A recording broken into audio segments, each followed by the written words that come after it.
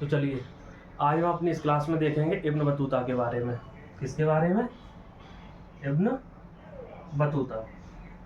तो Ibn Battuta जो था वह एक लेखक था। जैसे कि हम इस किताब में देख रहे हैं कि सारे लेखकों के बारे में बताया गया है। लेखक था और यह कहाँ का रहने वाला था? तो इब्न बतूता अपना मोरक्को का रहने वाला था। ठीक, कहाँ का था? मोरक्को का रहने वाला था। ठीक, मोरक्को कहाँ है? पहली बात, जैसे अगर अपन वर्ल्ड मैप में देखेंगे, ये अगर वर्ल्ड मैप है तो यहाँ पर जैसे ये हो गया अपना इधर यूरोप और एशिया, और यहाँ पे जो ये भाग है अफ्रीका का, तो इस वाले पोर्शन पे कहाँ पे? यहाँ पे ऊपर वाले पोर्शन पे क्या है? मोरक्को स्थित है। तो इब्न बतूता कहाँ का था? मोरक्को का था। और इब्न बतूता के बारे में एक बात किताब में दी गई है कि इब्न बतूता के जो परिवार था वो कैसा था? समृद्ध और शिक्षित परिवार। ठीक, कैसा था? शिक्षित परिवार। अब समृद्ध से क्या आशय है? समृद्ध से आशय यह है कि पढ़ा लिखा और पैसे वाला परिवार था। समृद्ध मतलब धन दौलत से संपन्न, जो व्यक्ति इब्न बतूता जो करना चाहे वो कर सकता था। और शिक्षित का मतलब कि पढ़ा लिखा, ज्ञान। तो इब्न बतूता उसी क्रम में आगे बढ़ते हुए अपने शुरुआत के दिनों में ही, शुरुआत के जब वह 13, 14, 15, 9, 10 अपने शुरुआत के एज में था, तभी वह पढ़ लिख गया था। और उसने इन सब शिक्षाओं के बाद क्या करना चाहा? देश दुनिया का भ्रमण करना चाहा। तो इब्न बतूता के बारे में हमने देखा, और इब्न बतूता ने इन सब चीज़ों पर क्या लिखा है? किताब लिखी, जिसकी चर्चा इस पे की गई है। कौन सी किताब है? किताब उल रहेला। ठीक, किताब उल रहेला। ठीक, तो यह इसकी किताब थी। और इस किताब के बारे में इस किताब अपनी जो पाठ्य की पुस्तक है उसमें दिया गया है। तो इसमें क्या बताया गया है कि इब्न बतूता का जन्म तंजीर में हुआ था, और वह इस्लामी कानून तथा शरिया पर अपनी विशेषज्ञता के लिए प्रसिद्ध परिवार में से था। अपनी श्रेणी के अन्य सदस्यों के विपरीत इब्न बतूता की पुस्तकों पर अर्जित ज्ञान कैसा था? अनुभव और ज्ञान का महत्वपूर्ण संगम था। इब्न बतूता ने क्या किया? इब्न बतूता जब स्टार्ट हुआ, इब्न बतूता मोरक्को का रहने वाला, पढ़ा लिखा परिवार से, और जब उसने वर्ल्ड का, पूरे दुनिया का भ्रमण करना शुरू किया, तो वह इसी भ्रमण करते करते सिंध, भारत का उत्तर पश्चिमी प्रांत जो अभी कहाँ है? पाकिस्तान में, और वहाँ से दिल्ली यहाँ पर आया। और दिल्ली में तब किसका शासन था? दिल्ली में तब MBT मोहम्मद बिन तुगलक का शासन था, और वह क्या करता है? इन्हें काजी के पद पर दिल्ली में नियुक्त कर देता है।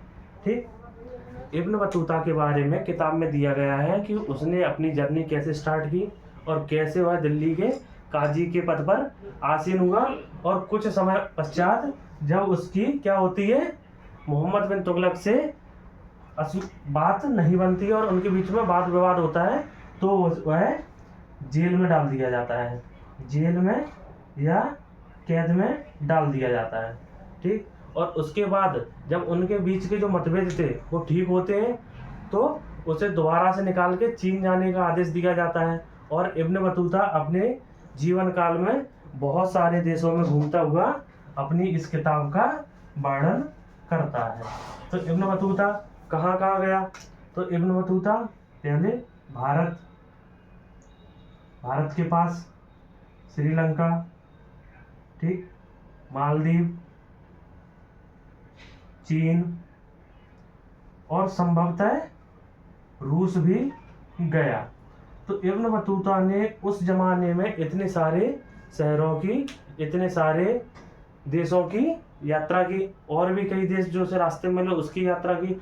और इन यात्राओं के बाद जब इब्न बतूता कहाँ पहुँचता है? वापस मोरक्को, वापस अपने देश पहुँचता है, तो वहाँ का जो राजा होता है वह क्या कहता है कि इनकी जो यात्रा है उसका क्या किया जाए? लिखा जाए उसे। ठीक, लिपिबद्ध किया जाए, उसे लिखा जाए।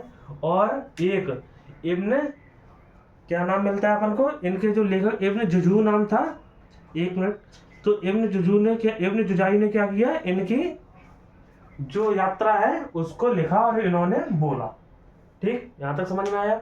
तो इब्न बतूता ने अपने इन सारे एक्सपीरियंसों के साथ एक विस्तृत अध्ययन किया और चीजों के बारे में बताया। जैसे इब्न बतूता कहता है कि एकाकी यात्री के बारे में कि लंबी यात्रा और लुटेरे ही एकमात्र खतरा नहीं थे, यात्री गृहयात्र हो सकता था और बीमार हो सकता था। यह जो वर्णन दिया गया है इसमें इब्न बतूता यह कहता है कि एक यात्री ऐसा था जो घर की तरफ अग्रसर हो गया, और इब्न बतूता कहता है कि एक जगह वह गया तो वहां पर सभी जितने भी यात्री थे उनका क्या किया गया, सम्मान किया गया, और इब्न बतूता से आकर किसी ने भी बात नहीं की। इस पर इब्न बतूता को बुरा लगता है और वह घर वापस जाने की सोचने लगता है। तो बताया गया है कि कैसे चलता था इब्न बतूता, एक जत्थे में चलता था।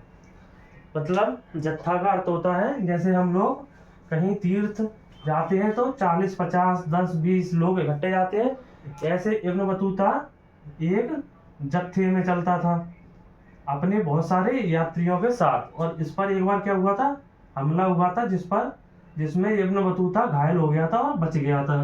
दूसरा, यह क्या करते हैं, हथियार लेके चलते हैं, ठीक, जिससे कि जानवरों से और डकैतों से सुरक्षा की जा सके।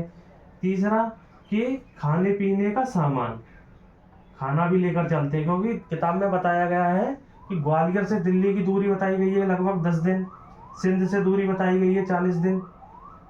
तो इस तरीके से उसने यात्राएं की और अपना बहुत सारा अनुभव बताया कि कैसे वह मंगोल के जा रहा था, या फिर कैसे वह चीन गया, कैसे वह दिल्ली आया, और कैसे वह मालाबार या उन सारे तटों से मालदीव वापस गया।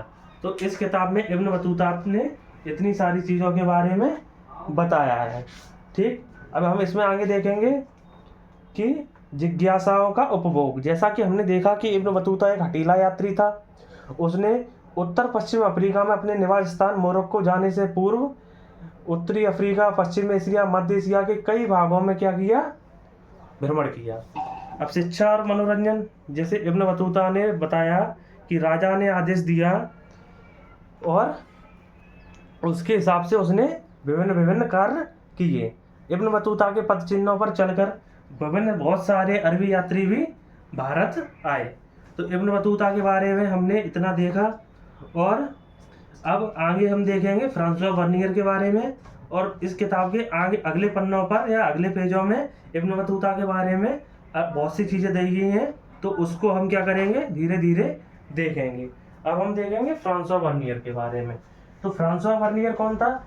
फ्रांसवा बर्नियर एक यात्री ही था, और यह कहाँ का रहने वाला था? फ्रांसवा बर्नियर यात्री जो था वह पुर्तगाल का रहने वाला था, पुर्तगाल का। तो पुर्तगाल कहाँ है, सबसे पहले तो हमें यह पता होना चाहिए। जो वर्ल्ड का मैप है उसमें जो यूरोप है, उसमें पश्चिमी यूरोप में जो दक्षिण का भाग है, मोरक्को के ऊपर वाला भाग, उसमें पुर्तगाल है। जैसे इसको एक वर्ल्ड मैप मान लें, यहाँ पर एशिया, यहाँ पर यूरोप, उत्तरी अमेरिका, दक्षिणी अमेरिका, अफ्रीका और ऑस्ट्रेलिया। तो जो यूरोप का ये वाला पार्ट है दक्षिणी और पश्चिमी, और मोरक्को यहाँ पर था, तो और यहाँ भूमध्य सागर है, तो इसके ऊपर ये जो पार्ट है ये क्या है, पुर्तगाल और स्पेन, ये सारे देश यहाँ पर मिलते हैं। तो फ्रांसवा बर्नियर यहाँ का रहने वाला एक चिकित्सक था और इतिहासकार, यात्री भी था। और फ्रांसवा बर्नियर क्या करता है, जब पुर्तगालियों का भारत में आगमन होता है उसके बाद फ्रांसवा बर्नियर पुर्तगाल से कहाँ आता है, भारत आता है। ठीक, पुर्तगाल से भारत आता है, और वह क्या करता है, भारत में आकर बहुत सारी चीज़ें देखता है।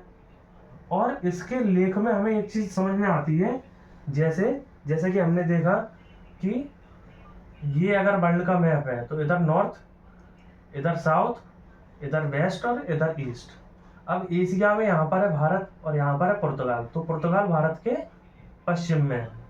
तो किताब में क्या बताया गया है कि यह जो भी चीज़ें देखता है उसका क्या करता है, पश्चिम से तुलना करता है कि भारत में ऐसी चीज़ें हैं और पश्चिम में कितनी समृद्ध और विकसित चीज़ें हैं। इसके बारे में यह कहता है कि भारत में उतना तीव्र गति से विकास नहीं हुआ है, पूर्व और पश्चिम से हमेशा तुलना करता रहता है और यह मुगल दरबार से भी संबंधित रहता है। ठीक, और इसके टाइम पे पुर्तगाल में राजा कौन थे, शासक लुई 14। अब फ्रांसवा बर्नियर क्या होता है, इसके बहुत सारे लेख जो हैं वो प्रकाशित होते रहते हैं। साथ ही साथ इसके देखते देखते ट्रेवरनियर और भी कई ट्रेवरनियर और कई पुर्तगाली यात्री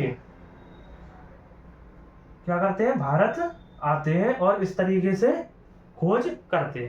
तो इस किताब में बेसिकली हमें इस पार्ट में क्या बताया गया है, इस पार्ट में हमें यह बताया गया है कि कैसे कैसे यात्रियों